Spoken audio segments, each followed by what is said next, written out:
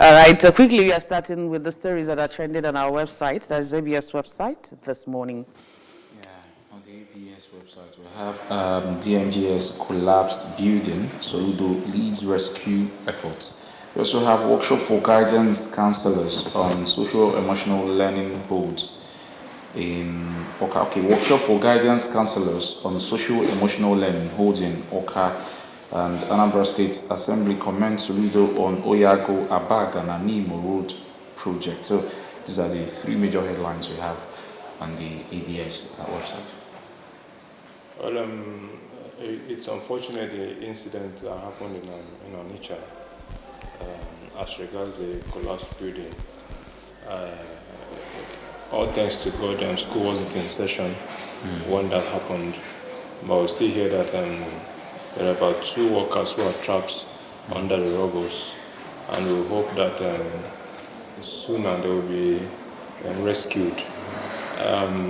One begins to wonder when such stories will stop in Anambra State, stories of collapsed buildings. And it also begs the question of the roles of the government agencies in terms of monitoring. We have a building, a test lab in Oka. I don't know if that building, if that facility is still functional. It used to be very functional. Well, I don't know if it's still functional today. I don't know if there's one in Onitsha.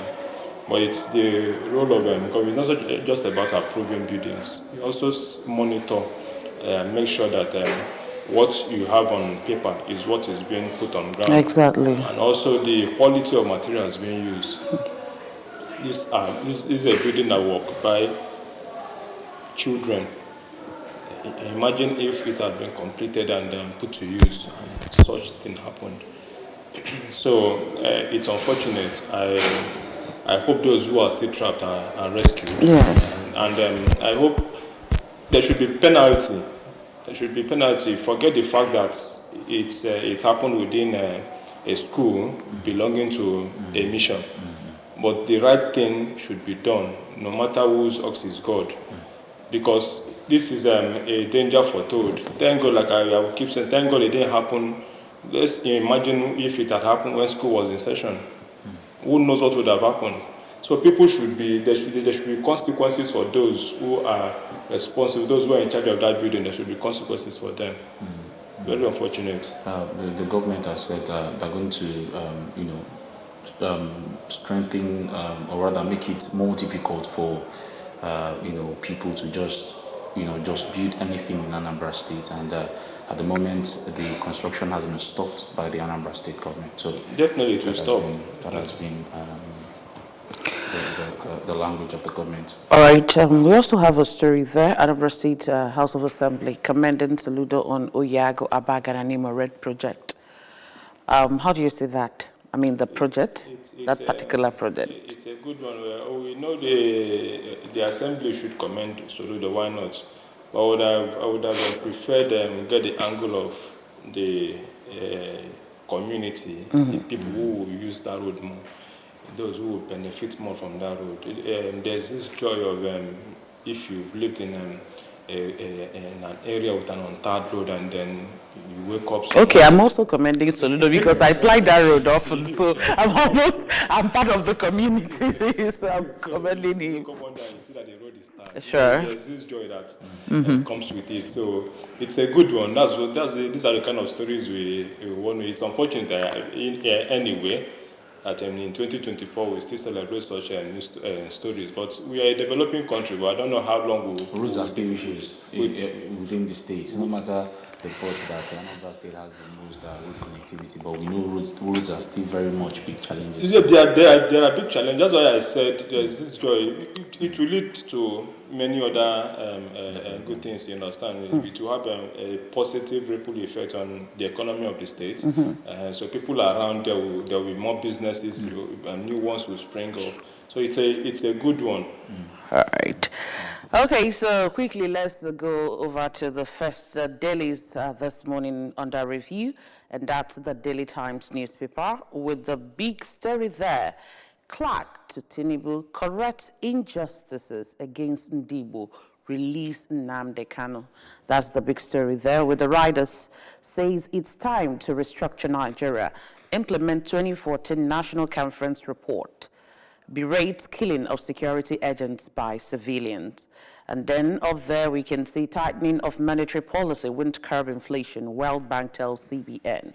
EFCC buggles arraignment of ex-governor Yahaya Bello as court picks a June 27 new date. Federal government pledges to upgrade correctional center. This is coming from the Interior Minister. Troops destroyed several IPOB ESN camps, made several arrests, says Defense Headquarters.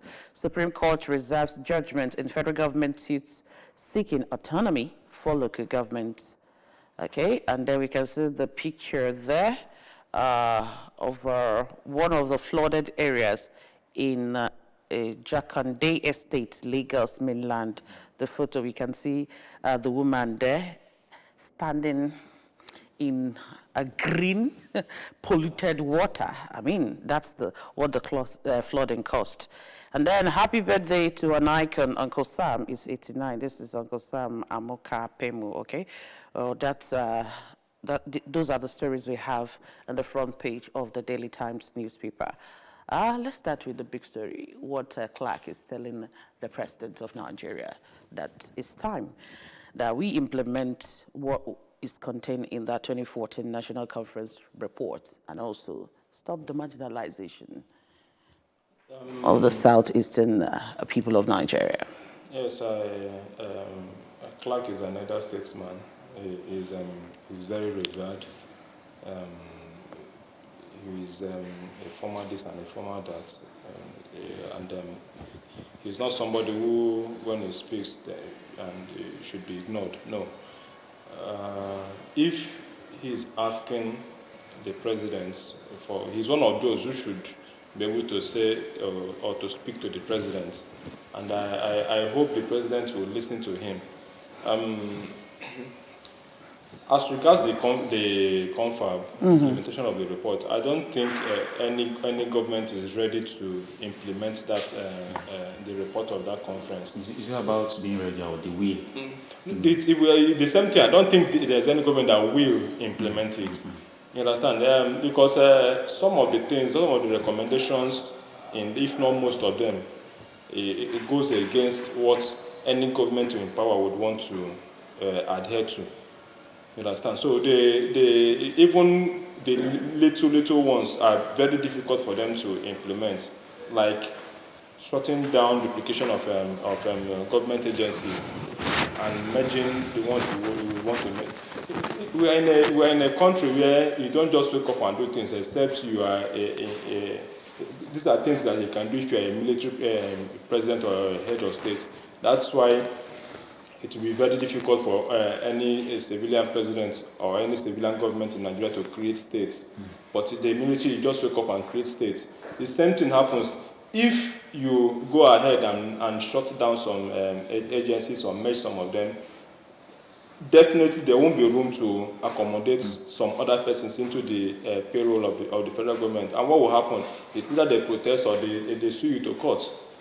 So it's very difficult for government to begin to implement, because it will affect their person as a sitting president who would want or has eye for the next tenure. Because our problem in Nigeria is the moment you manage in whatever way, in whatever guise to be elected, you already have your eyes on the next 4 years. You are not. So does it mean that we are going to perpetually suffer as a country? I mean, the citizens, because we are the people that elect these leaders to go there, represent us, and make life better for us.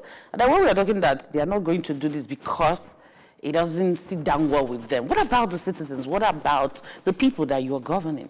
Have you ever heard of any lawmaker who was recalled? There have been attempts to recall. But has it happened? The answer is no. And the question then is why? The mechanisms are there for you to recall. If when you elect, you come together and say, go and represent us, and this person is not doing well, there are processes for you to say, okay, we are not doing what we want to replace, come back so that we send somebody else. So why have we not been able to do it as Nigerians, as citizens who hold the willpower? These people come to us to beg for votes during an election, and the moment you vote them in, they become your lord. So it becomes very, very difficult for something to happen. We are in Nigeria, but that's why I said some time ago, I said on this platform that I don't know the kind of democracy we practice. This democracy in Nigeria is quite different from what is obtainable in US, for example, where whose government we're emulating. All right, let's go to the Punch newspaper. And on the Punch, we have Dangote Refinery plans 5.3 billion liters for storage, with that's a kicker to that, with 600 million liters more storage capacity. Our plant will become strategic reserves. This coming from Dangote. That's a last-minute rush for Salah Rams. Lament exorbitant cost. 4 to die by hanging. Four to die by hanging for robbery. Murder in Ekiti. 62,000 minimum wage. Labour faults politicians' jumbo pay. National Assembly gets bill after Salah. Unremitted gas royalty. Flare penalty hits $1.4 billion. That's coming from Nati, and that's on page 34 of the Punch newspaper. We also have 45 billion naira has been spent on Elized University, says Adeojo. And you also have federal government eyes fresh $500 million World Bank loan for rural roads. Local government funds, Supreme Court reserve judgments as state battles Attorney General of the Federation. NPC withdraws suit against ExxonMobil, Seplat, $1.28 billion deal. So these are the headlines we have on the Punch. Probably let's quickly look at Vanguard and a couple before we analyze. All right, go ahead. Okay, on Vanguard we have motorcycle imports rises 205% to 73.59 billion naira, and we also have Sanusi, how I want to be remembered as Emir of Kano. Then we also have State of the Nation, there is hunger, new anthem, not priority. This is coming from Makinde. Local government autonomy, Supreme Court reserves judgment on federal government suit against 36 governors. We also have hardship, labor kicks as 20 states deny workers wage award. And the kicker to that we have says it's height of insensitivity. 15 states comply with Tinubu's plea, 6 pay briefly, and stop workers get wage rise. Palliatives in Lagos, Edo, Enugu, Osun, and others. Rivers, Akwa Ibom wait for federal government official announcement. Delta sets up a committee. Also have minimum wage. We'll pay what we can afford. This coming from Tinubu. Promises to send executive bill to NAS. Says fall at Eagle Square is Idobale for democracy. That's funny. All right.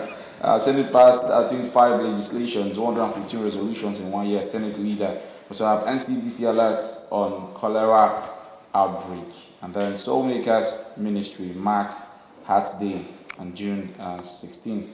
I would have loved to read that comic on Mr. and Mrs. I always love that. All right. Lord.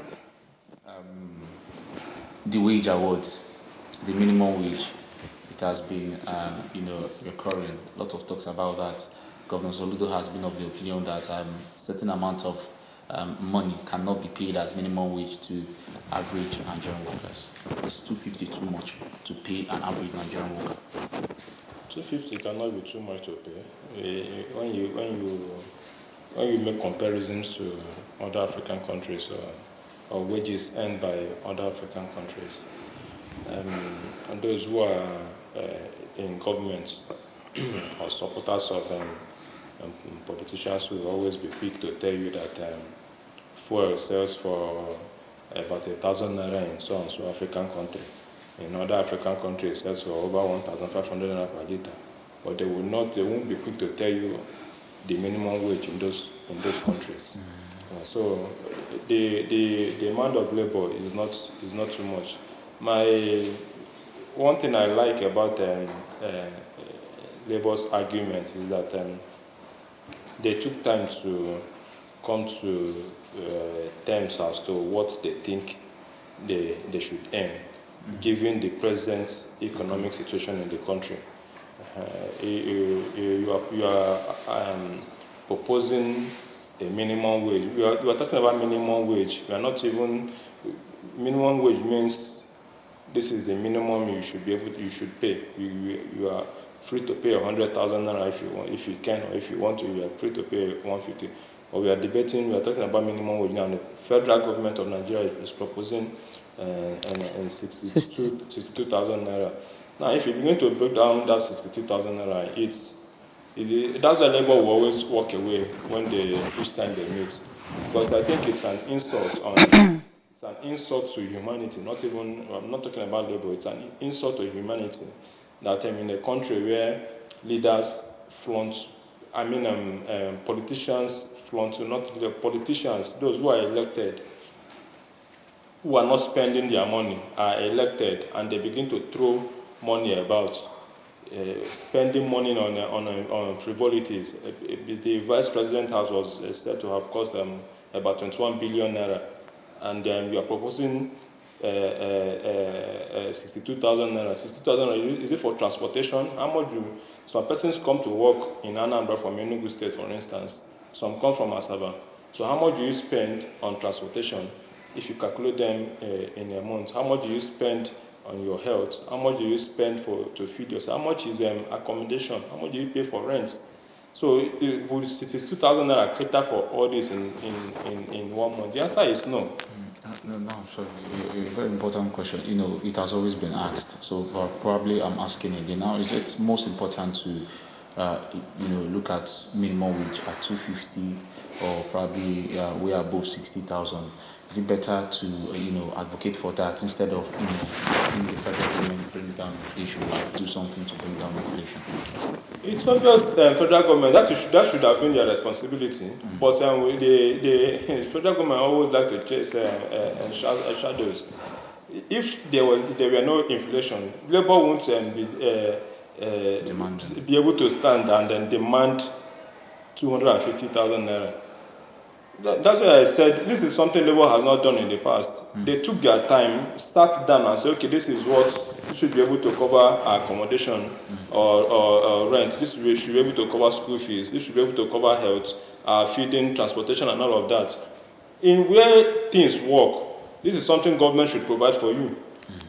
As you are paying as you are getting your salary, they are deducting your money for your accommodation. They are deducting money for your health insurance. Your transportation is provided in some cases. So at the end of the month, you might get say 60,000 naira. Then you are providing, you are using that 60,000 to provide food for yourself. But it is not so in Nigeria. So Labour has every reason, coupled with the fact that federal government will keep telling you there is no money, but you see them fronting this money for God's sake. So Labour will always ask and make such demands. 62,000 naira is for what for? Where will 60,000 naira take you to? My fear is, even if the federal government agreed to make this 250,000 or even 300,000, as the case may be, my fear is that the prices of commodities in the market will still skyrocket. So it's not just increasing the minimum wage. It's about bringing down the inflation and making our economy more suitable for us to, trade and also live a better life. Giving us 250,000, 300,000 without seeing a way to normalize our economy won't take us to anywhere.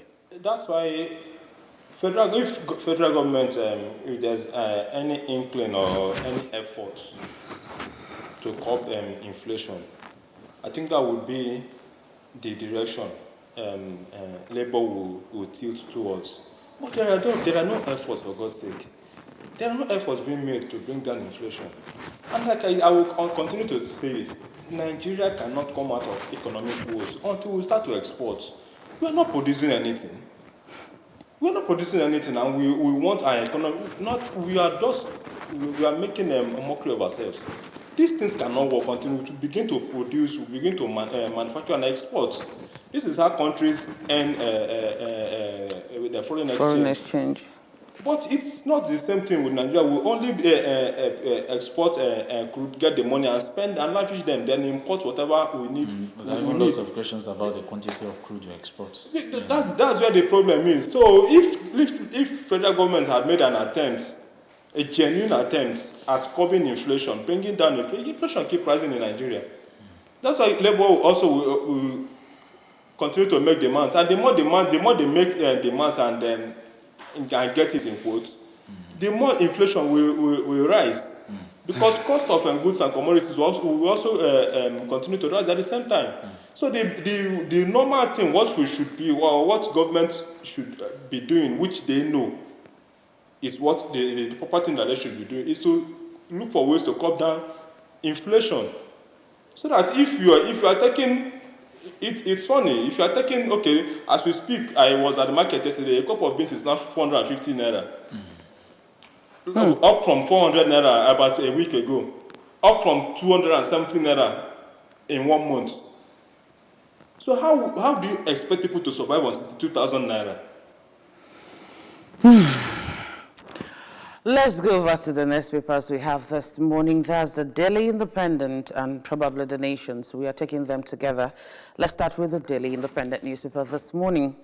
The big story there, we're talking about the cholera outbreak. 30 die from 1,141 cases as disease spreads to 96 local government and 30 states. Wow. Rowdy session Mars NAS probe of $4.451 billion NLNG Project 7. World Cup, NFF to hire foreign technical advisor for Super Eagles. Aviation Ministry in dilemma over naming substantive NCAA DG. Suspended DG NCAA in limbo. Najamo still in acting capacity. NCAA Keyamo will address gap. This is coming from his aide. And then, first anniversary, Senate's least achievements, passes 25 legislations, reaches 115 resolutions. PIA breaks up for adjudication, CJN, NJI administrator tax judges. EFCC cancels, seek adjournment of Yahaya Bello's case. And case adjourned till June 27. Local foreign mafia tried sabotaging our $19 billion refinery coming from Dangote. Supreme Court reserves judgment on suit seeking local government autonomy. Emirship Terzil, no Doba in Kano during Eid el-Kabir, police declared. Tinubu names Yar'Adua's former advisor, Tanimu Yakubu, as DG Budget Office. Quickly, let's see what we have on the front page of the Nation newspaper this morning. World Bank okays $2.25 billion support package for Tinubu's reforms. Edu resources will be used sustainably to achieve development goals. 774 councils can't afford to pay 62,000 minimum wage, says chairman. Supreme Court reserves verdict in federal government versus state suit on council autonomy. And then Fashola seeks assembly to review Lagos tenancy law. Well, these and many more are what we have on the front pages of the Daily Independent and the Nation newspaper. I'm so worried about the number of people that have died from this disease, cholera outbreak. We are looking at 30 people dying and then 1,141 cases of the disease as it's spreading to 96 local governments in 30 states of the Federation. That's quite alarming. Yes, it's alarming, and in most cases where you have a breakout of cholera, it's where you have where there are extreme poverty, where there's war or natural disasters, and so looking at these three factors, it means that we might still experience much more cases because the rains are coming, the flood when it floods. There's an outbreak of cholera. So the fear now is that once it starts, the heavier the rains come, it leads to flooding, and there might be increase in cases of cholera. I do not think, in all modesty, I do not think Nigeria should be associated with a disease as cholera. In 2024. There are things we should, our name shouldn't be mentioned when one spoken about. But it's unfortunate we find ourselves here. We are still talking about cholera. Why cholera? Because there are no potable water for the people to use. This is, or even the proper sewage system. These are reasons why we should, Nigeria as a country should still be talking about cholera. And I hope NCDC does what it should do so that there should be proper enlightenment. We can't stop talking about, this is where the NOA should come in. I don't know if they still exist or they just exist on paper and then get their salaries at the end of the month. This should be have been their major concern. Having jingles on radio, enlightening people on what to do not to contract the disease. But the numbers keep increasing, and sadly, it happens more in the north. In fact, the whole So we are looking at 30 states now. It's no longer just about the northern part of the yes, country. but Yes. I can tell you that most of the cases will come from the north. So it's very, very unfortunate. Let NCDC do what they ought to do. State ministries of health should also be on their toes to make because cholera is an epidemic. If not well handled, it becomes something else, Right, yes. and it affects everybody. So what they should do, what they need to be, what should be done, because the more persons cholera affects, it will turn around to affect the economy. So what they need to do, what they ought to be. There are places where they go for treatment. Of course, treatment should be free as we speak now, because it's not something individuals should be able to handle on their own. Yeah. So if there are places they need to go, let us know so that let us also know the symptoms. The moment you begin to feel so and so, please go to the health facility for a doctor to check up on you. All right, thank you so much. Let's talk sports. We can see there that NFF is about to hire a foreign technical advisors for the Super Eagles. I mean, to assist the Finidi George. So this development, this one you're smiling. I'm smiling because in my 4 years of appearing on this program, this is the first time we're talking sports. Okay, really? This is the first time we're talking Okay, you are. Just you. You, because we've always discussed sports. It's just you. Okay. Go ahead. Well, personally, I saw it coming. If you need this pedigree as a coach, it's not something that should have debated about or argued about. I don't know what transpired. And let us remember, how was Finidi even employed? How did he get a job? You know, there was no interview, as we heard. There was no interview. He was just handpicked, and that was why after he was selected, that was when they now started to talk about terms of his contract. And there are better persons. Finidi George, he was a good player. I was opportune to watch him play.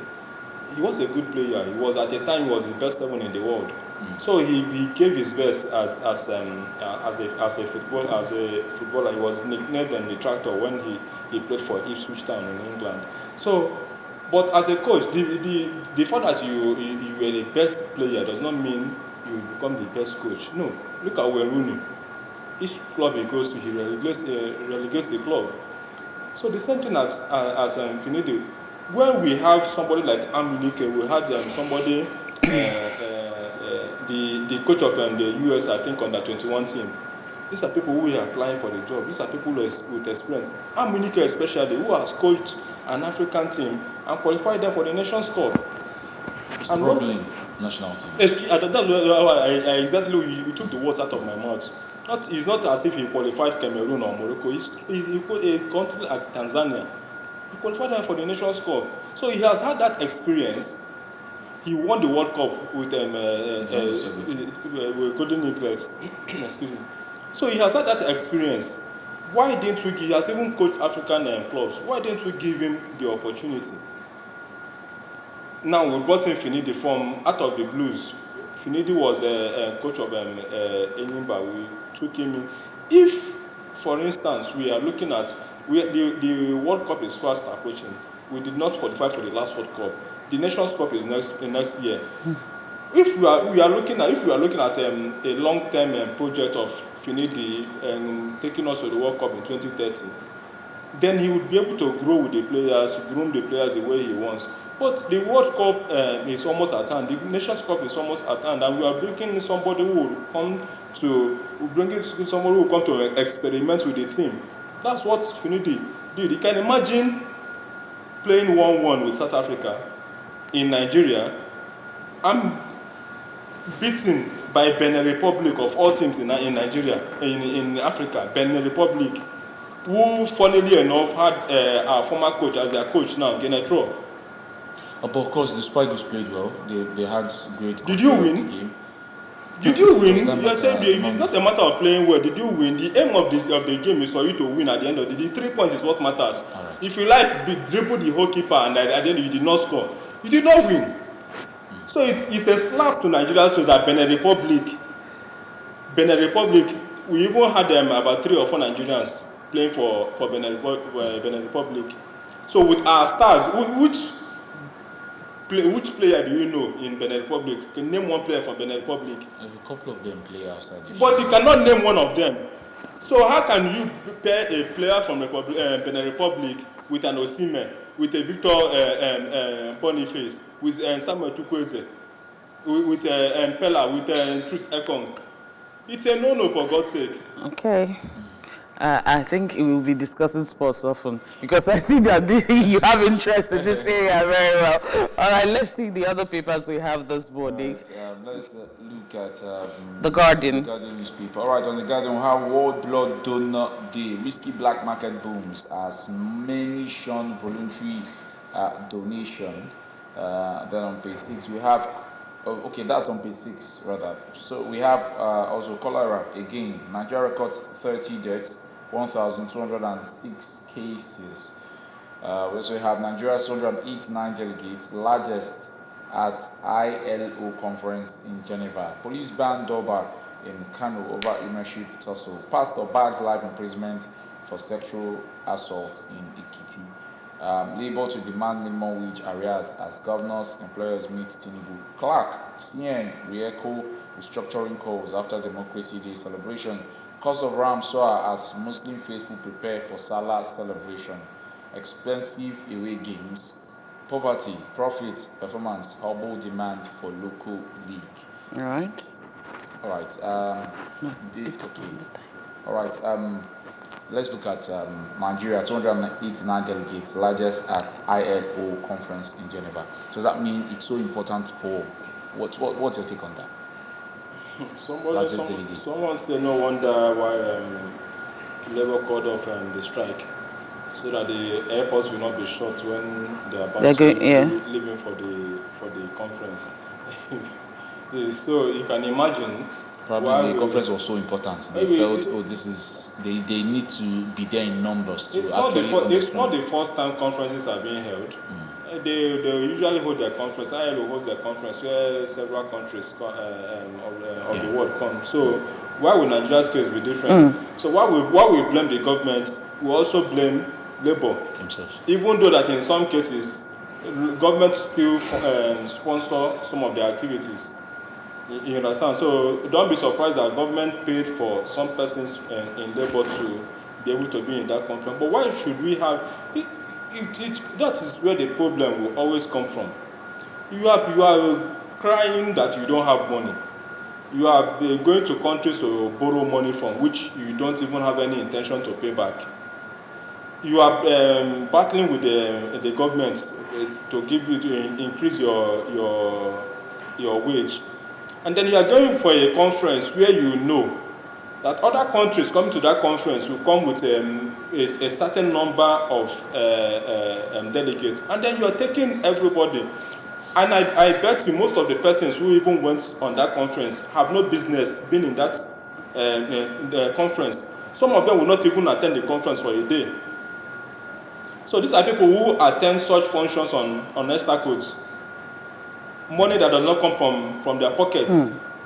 They see it as an opportunity to leave the country It's an and enjoy opportunity for them themselves. to leave the country, even those who go on Hajj. It's an opportunity for everybody to leave. We spend money on frivolities, for God's sake. That is where the problem is, and that is why when people begin to criticize government, you don't blame them, because these are things we are seeing with our eyes. Why would you take the largest? If Tinubu went to a conference on what is it called again? Global warming. He took the largest number, over 1,000 persons. What for? Probably it's because of how important. Well, left for me, Nigerian Labour wouldn't have attended that conference to register that we have crisis in the country and see how things will turn out. But then again, it's another way of them protesting. But no, they would not do it. It's very important for them to learn. It's very important. Let them go and come back and let's see what they are bringing back. Exactly. Well, that's it on our press review this morning. We want to say a very big thank you to you, AGK, for joining us on the show. Thank you. Let me use this opportunity to also wish Uncle Sam Amuka a happy 89th birthday. Okay. He's a proprietor of Vanguard newspaper. The story was on, I think, Daily Times, but not even on Vanguard. I don't know why. But that man has been steady. He has been consistent. He has weathered the storm of publishing a newspaper in Nigeria. I wish him a very, very happy birthday, and I hope he'll be able to groom some other persons who will take off from him when he becomes tired. All right. Thank you so much for joining us on Press Review. My name is Chidima Orangwa. My name is Obina. All right. We see you on the other side.